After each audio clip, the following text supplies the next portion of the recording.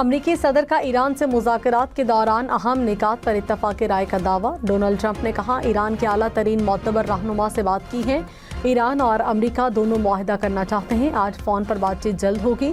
مذاکرات میں پیش رفت ہوئی تو جنگ ختم ہو جائے گی۔ ٹرمپ کا ایرانی پاور پلانٹس پر حملے 5 دن کے لیے ملتوی کرنے کا اعلان۔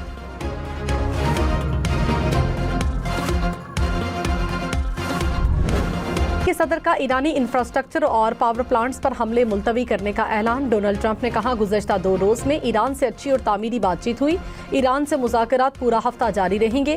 ایران کے خلاف حملوں کو 5 دن کے لیے ملتوی کر دیا۔ مستقبل کا انحصار ملاقاتوں اور بات چیت کی کامیابی پر ہوگا۔ ٹرمپ نے 48 گھنٹے میں آبنائے ہرمز کھولنے کی ڈیڈ لائن دی تھی۔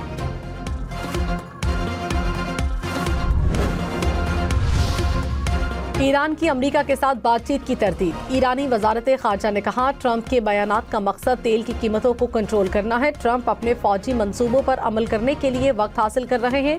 جنگ ہم نے شروع نہیں کی۔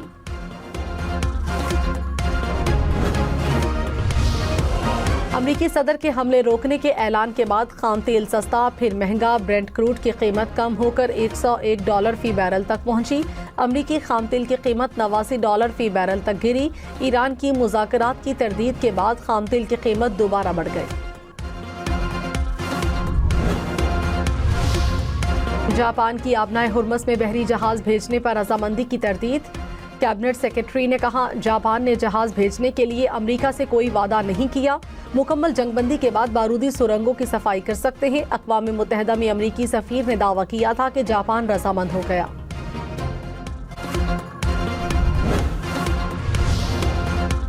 امریکی صدر کے اعلان کے بعد ایران اور روس کے وزرائے خارجہ کا رابطہ۔ سرگئی لاروف نے کہا فوری طور پر جارحیت روکی جائے۔ ایران سمیت تمام فریقین کے جائز مفادات کو مد نظر رکھ کر حل تلاش کیا جائے۔ عباس عراقچی نے کہا امریکہ نے پہلے بھی مذاکرات کے نام پر بدترین دھوکہ دیا۔ آبنائے ہرمز مکمل بند نہیں، کوئی ایرانی مزید دھمکیوں سے متاثر نہیں ہوگا۔ وزیراعظم شہباز شریف کا ایران کے صدر سے رابطہ۔ ایرانی عوام سے اظہار یکجہتی، قیمتی جانوں کے ضیاع پر اظہار افسوس۔ وزیراعظم کا خطے میں جاری خطرناک صورتحال پر اظہار تشویش۔ کشیدگی میں کمی، مذاکرات اور سفارتکاری کی طرف واپسی پر زور۔ شہباز شریف نے کہا امن کے فروغ کے لیے کردار جاری رکھیں گے۔ ایرانی صدر اور عوام کو عید الفطر اور نوروز کی مبارکباد دی۔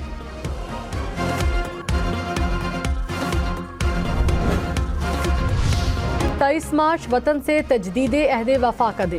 ملک بھر میں یوم پاکستان ملی جوش و جذبے سے منایا جا رہا ہے۔ اسلام آباد میں 31 اور چاروں صوبائی دارالحکومتوں میں 21 توپوں کی سلامی۔ صدر آصف زرداری کی لاڑکانہ میں پرچم کشائی۔ وزیراعظم شہباز شریف کی لاہور میں پرچم کشائی کی تقریب میں شرکت۔ کفایت اقدامات کے تحت یوم پاکستان کی روایتی پریڈ نہیں ہوئی۔ 23 مارچ سے منسلک تقریبات منسوخ۔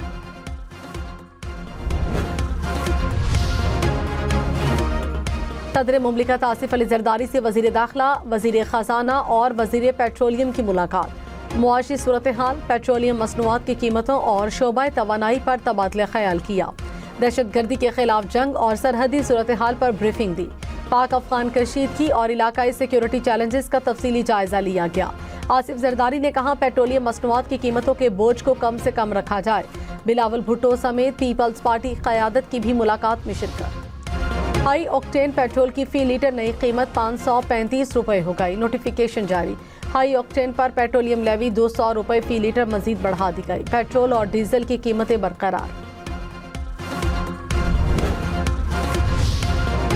سرکاری گاڑیوں میں ہائی آکٹین کے استعمال پر پابندی۔ وزیر اعظم نے کہا ہائی آکٹین کا استعمال ناگزیر ہے تو خرچہ ذاتی جیب سے دینا ہوگا۔ شہباز شریف کا نگرانی کے لیے مؤثر نظام بنانے کا حکم، کہا خلاف ورزی پر سخت کارروائی ہوگی۔ سونا 4.5 لاکھ سے بھی سستا۔ فی تولہ سونے کی قیمت میں 43,600 روپے کی بڑی کمی۔ 1 تولہ سونے کی قیمت 4,47,762 روپے ہو گئی۔ 10 گرام سونے کی قیمت 3,83,883 روپے تک آ گئی۔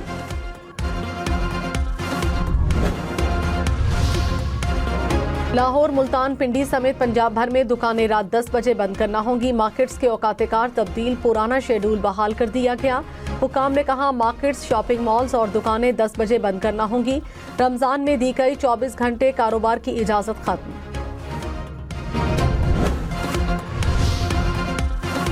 بانی پی ٹی آئی کو پیمز اسپتال میں تیسرا انجیکشن دے دیا گیا۔ انتظامیہ کے مطابق میڈیکل بورڈ نے معائنے کے بعد بانی کی بینائی کو تسلی بخش قرار دیا۔ بانی پی ٹی آئی کی آنکھ پہلے سے بہت بہتر ہے، اسپتال میں علاج کے بعد ڈسچارج کر دیا گیا۔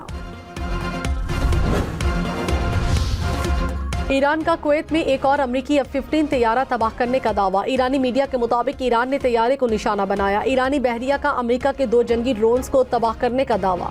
کہا بندر عباس میں ایئر ڈیفنس سسٹم نے ڈرونز کو گرایا۔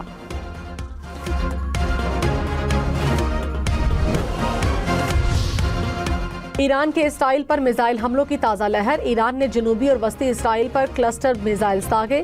تل ابیب میں بھی سائرن بج اٹھے۔ ایرانی میزائل کا ملبہ وسطی اسرائیل میں 8 مقامات پر گرا۔ ایران کے ساحلی شہر بندر عباس کے ریڈیو اسٹیشن پر امریکی فضائی حملہ۔ ایرانی میڈیا کے مطابق حملے میں سیویلین انفراسٹرکچر کو نقصان پہنچا، ایک شخص جاں بحق۔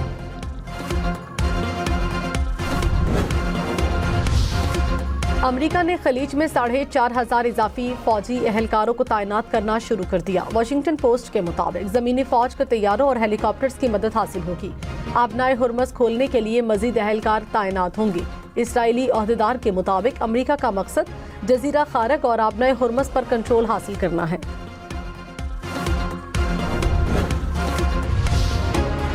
ایران کے ساحل یا جزائر پر حملہ کیا تو پوری خلیج فارس بند ہوگی۔ ایران کی سمندر میں بارودی سرنگیں بچھانے کی دھمکی۔ ایرانی دفاعی کونسل نے کہا حملہ کیا گیا تو مواصلاتی رابطوں کو منقطع کر دیں گے۔ بجلی گھروں پر حملہ ہوا تو تباہ کن رد عمل دیا جائے گا۔ آبنائے ہرمز سے گزرنے کا واحد راستہ ایران کے ساتھ رابطہ کرنا ہے۔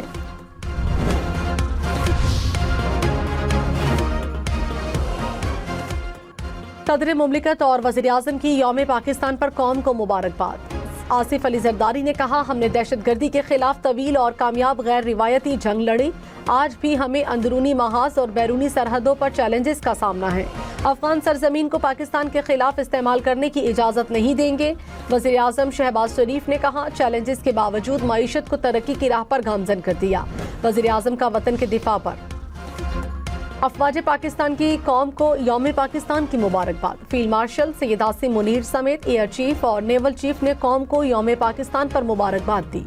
ISPR کے مطابق 23 مارچ 1940 کو آزاد وطن کے قیام کا راستہ متعین کیا گیا۔ دن پاکستان کے عوام کے غیر متزلزل عزم کی علامت ہے۔ مسلح افواج مقدس سرحدوں کے دفاع، قومی خود مختاری کے تحفظ اور ہر قسم کی جارحیت اور دہشت گردی کے خلاف لازوال عزم کا اعادہ کرتی ہے۔ چینی صدر کو صدر مملکت آصف زرداری کو یوم پاکستان کی مبارکباد۔ چینی صدر شی جن پنگ نے کہا پاکستان نے مختلف خطرات اور چیلنجز کا مقابلہ کیا، قومی خود مختاری، آزادی، علاقائی سالمیت اور قومی وقار کا ثابت قدمی سے دفاع کیا۔ چینی وزیر اعظم کی بھی وزیر اعظم شہباز شریف کو مبارکباد۔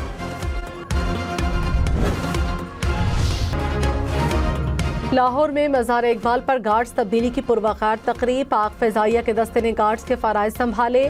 چاق و چوبند دستے کی سلامی، ایئر وائس مارشل شاہد افضال کی فاتحہ خوانی، پھولوں کی چادر چڑھائی۔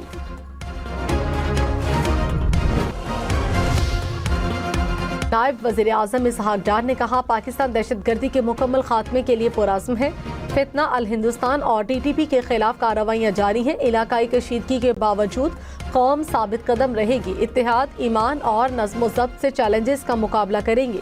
حکومت کی کفایت شعاری پالیسی کے مثبت نتائج سامنے آ رہے ہیں۔ ایران جنگ میں شامل نہیں ہوں گے، کشیدگی میں کمی کی جائے۔ برطانوی وزیر اعظم کا ایک بار پھر اعلان، کیئر سٹارمر نے کہا برطانیہ اپنے مفادات کا تحفظ کرے گا۔ ڈیاگو گارشیا پر کوئی میزائل نہیں گرا، ایران کی جانب سے نشانہ بنانے کا کوئی اشارہ نہیں ملا۔ چین کا مشرق وسطی تنازع میں شامل فریقین پر مذاکرات کی میز پر واپس آنے پر زور۔ چینی وزارت خارجہ نے کہا یہ جنگ شروع ہی نہیں ہونی چاہیے تھی، طاقت کا استعمال صرف ایک خوفناک تسلسل کا باعث بنے گا۔ صورتحال مزید خراب ہوئی تو پورا خطہ افراتفری کی لپیٹ میں آ جائے گا۔